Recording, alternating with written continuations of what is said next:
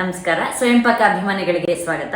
ಈ ದಿನ ನಾನು ಬಟಾಣಿ ಪಲಾವ್ ಹೇಗ್ ಮಾಡೋದು ಅಂತ ಹೇಳಿ ತೋರಿಸ್ಕೊಡ್ತಾ ಇದ್ದೀನಿ. ಬೇಕಾಗುವ ಪದಾರ್ಥಗಳು: ಬಟಾಣಿ 2 ಕಪ್, ನೀವು ಅಪೇಕ್ಷೆ ಮೇಲೆ ಹೆಚ್ಚು ಕಡಿಮೆ ಮಾಡ್ಕೋಬಹುದು.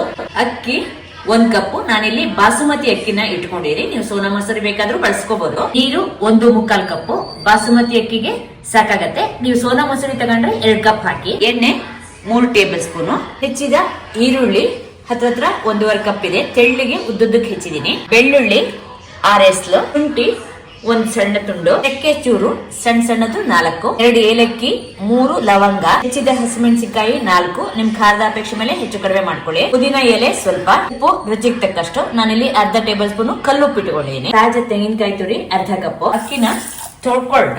ತೊಳೆದ ಅಕ್ಕಿಗೆ 1 ಕಪ್ ನಷ್ಟು ನೀರ್ ಹಾಕಿ ನೆನೆ ಇಡಿ. ಏಲಕ್ಕಿ ಹಾಗೆ ಲವಂಗನ ಒಂದ್ಸಲ ಹೀಗೆ ಜಜ್ಕೊಡಿ. ಶುಂಠಿನ ತುರ್ಕೊಡಿ, ಹಾಗೆ ಬೆಳ್ಳುಳ್ಳಿನ ಕೂಡ ತುರ್ಕೊಡಿ. ಸ್ಟವ್ ಆನ್ ಮಾಡಿ ಕುಕ್ಕರ್ ಇಟ್ಟು ಅದಕ್ಕೆ ಎಣ್ಣೆ ಹಾಕಿ. ಎಣ್ಣೆ ಕಾದ್ಮೇಲೆ ಅದಕ್ಕೆ ಚಕ್ಕೆ ಚೂರು ಹಾಗೆ ಜಜ್ಜಿದಂತಹ ಏಲಕ್ಕಿ ಲವಂಗ ಸ್ವಲ್ಪ ಆಗ್ಲಿ.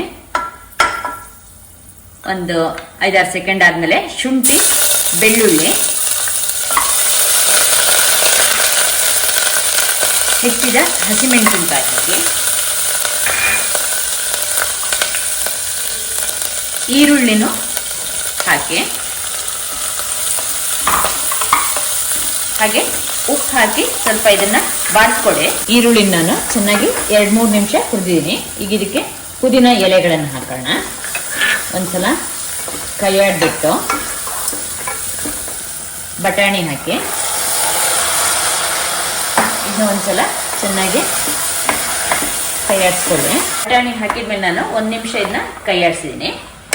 ಈಗ ಇದಕ್ಕೆ ನೆನೆ ಇಟ್ಟ ಅಕ್ಕಿನ ಹಾಕೋಣ. ನಾನು ಅಕ್ಕಿನ ಒಂದು 10 ನಿಮಿಷ ನೆನೆ ಇಟ್ಟಿದ್ದೆ. ನೀರ್ ಸಹಿತ ಹಾಕೋಣ. ಹಾಗೆ ಉಳಿದ ನೀರನ್ನು ಹಾಕಿ ಒಂದ್ಸಲ ಚೆನ್ನಾಗಿ ಇದನ್ನ ಕೈಯಾಡಿಸ್ಕೊಂಡು ಕುದಿ ಬರ್ಲಿಕ್ಕೆ ಬಿಡಿ. ಈಗ ಕುದಿ ಹತ್ತಿದೆ, ಇದಕ್ಕೆ ಕಾಯಿನ ಹಾಕೋಣ. ಕಾಯಿ ಹಾಲನ್ನು ತೆಗೆದು ಹಾಕಿದ್ರೆ ಚೆನ್ನಾಗಿರುತ್ತೆ. ನಾನು ಮರ್ತೆ ಆದ್ರಿಂದ ನೇರವಾಗಿ ಕಾಯಿನ ಹಾಕ್ತಾ ಇದ್ದೀನಿ.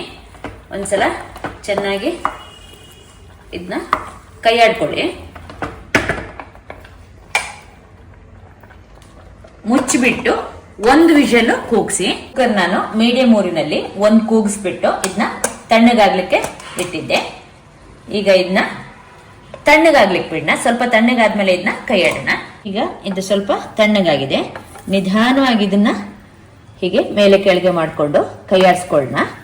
ಈಗ ನಿಮ್ಗೆ ಬಟಾಣಿ ಪುಲಾವು ಸಿದ್ಧವಾಗಿದೆ. ನೋಡಿದ್ರಲ್ವಾ, ಕಡಿಮೆ ಸಮಯದಲ್ಲಿ ರುಚಿಕರವಾದಂತಹ ಬಟಾಣಿ ಪಲಾವ್ ಹೇಗ್ ಮಾಡೋದು ಅಂತ ಹೇಳಿ. ನೀವು ಕೂಡ ನಿಮ್ಮ ಮನೆಯಲ್ಲಿ ಈ ಪಲಾವನ್ನು ಮಾಡಿಬಿಟ್ಟು ನಿಮ್ಮ ಅಭಿಪ್ರಾಯ ನಮ್ಗೆ ತಿಳಿಸಿ. ನಮಸ್ಕಾರ.